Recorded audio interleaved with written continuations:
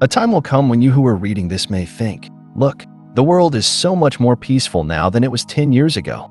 All of a sudden you notice that neighborhood dramas have stopped and become memories of the past. The media is still broadcasting their doom and gloom, but it's like people are not paying so much attention to that anymore. And you say to yourself, wow, the world has really changed. It's a much better place to live in now. When this happens, much has been gained, and kudos to you, because you are basically the one who created this better place to live in. It's not that you went along with your business as usual and the world around you started to change. Ultimately, it is you who are changing. If you live in a world that is threatening to you and your family today, and tomorrow you live in a world which is much less so, then you created that change inside.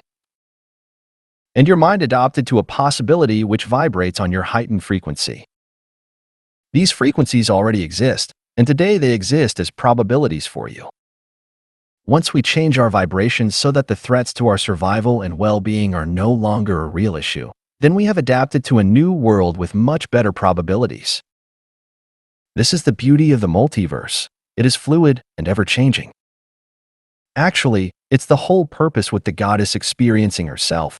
If the multiverse wasn't fluid, many things could not be experienced. You are contributing to the goddess learning process every day of your life, and so does everybody else in existence in this universe. And it works, even if the individual doesn't grasp the mechanics around it, although it's easier when they do.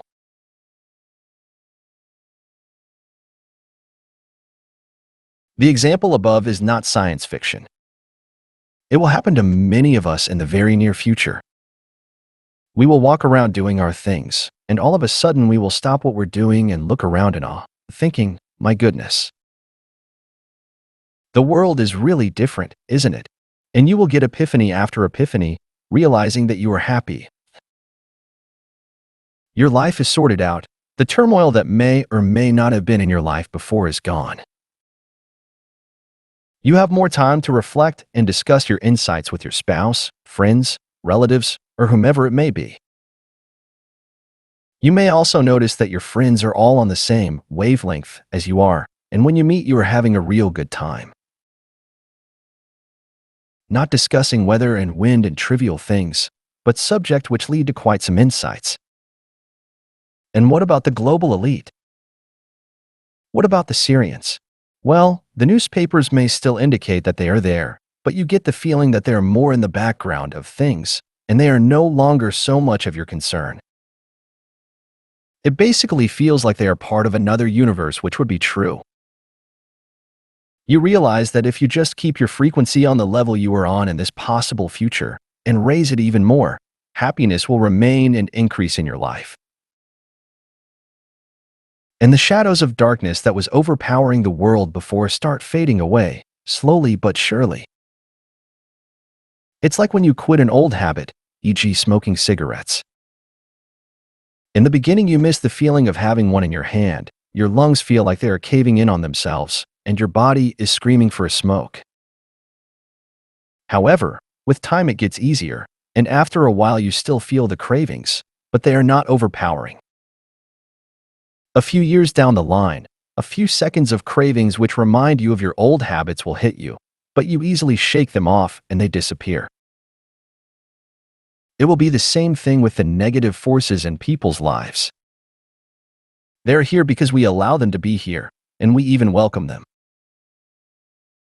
Our first step will be to not agree with their rules and regulations. This is really the hardest part, because we have their mind control so deeply rooted within ourselves. Things we are not thinking about the slightest as being such are only suppressive ideas that we would do 100 times better without. Realizing this and take action in order to build our own lives the way we want them to be is the equivalence to stop smoking and get all the cravings. We may even go back and forth in the beginning, longing back to being slaves, because it seemed so easy in some ways. We didn't have to think. We only had to work in the Syrian gold mines, letting the global corporations run over us and treat us less than ants. However, if we persist past this withdrawal period, and keep pushing forward our own will and our own agenda, the cravings will lessen, and we're going to notice that we are getting happier and happier because we are more in charge of our own lives. We may read about some new laws and regulations that will suppress people even more, and we understand that we are no longer part of that. Because we have reorganized our lives so we don't have to adjust to their suppressive ideas. Eventually, we will be not only self-sufficient in our own way, a way that works for us, but our local universe will seem to adjust to what we are working towards.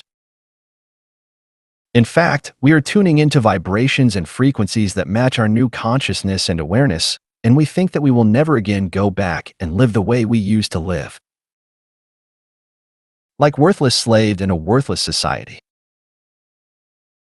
Now we are worth something. We have developed skills in areas of our lives where our passion is, and perhaps we didn't even know a few years ago that we had any passions. That's how suppressed they were. I would say that everybody has passions, even those who tell me straight out that they don't. Just find them. They are there. We don't even have to look for them, actually, but just start working towards a better life for ourselves and our dear ones, and the rest will come into place as it may. The multiverse will adjust to us and vice versa.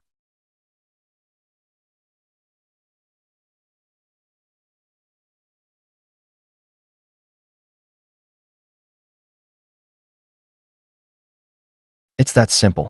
No one needs to go out in the streets with protest signs or storm the government buildings. Indeed, that would defeat the purpose, because it will make the things we don't want even stronger.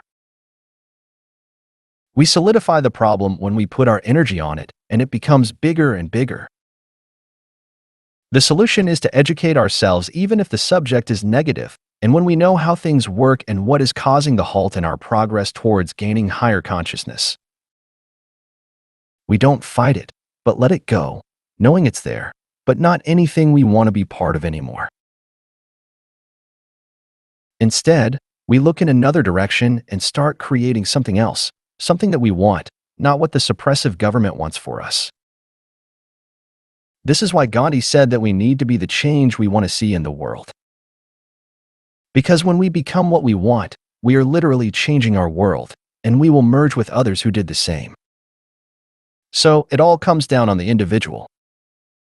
This is why I can't judge someone who doesn't think like me, just as little as you can't judge someone who is not like you. We all have the right to be whoever and whatever we want. And if we choose the dark path where we harm each other and play the I'm better than you game, we also have to take the consequences, and they are harsh. They will eventually lead to the person's own demise, even on a soul level, as I have mentioned earlier. Instead, go out in nature and look at all the beauty. It is when you realize that there is life in all things and you can really feel it, and not because someone says it is that way. Then you can start communicate with everything in your environment and get communication back which you can easily perceive. J.R. Tolkien was right to the point when he described the Ents, which for those who haven't read his books or seen the movies are the tree people. The trees are very much alive and conscious. In fact, they hold an incredible amount of memories. Not only are many trees very old, but they have a genetic memory just like us. And through the soil of the earth, they are all connected and share memories all over the planet. They are very much in communication with each other. I've almost always lived relatively close to nature, and I used to communicate with the trees with no problem. They don't talk, like you and I. They share their pictures, and sometimes they can even reproduce the sounds of certain incidents that happened in their area a long time ago.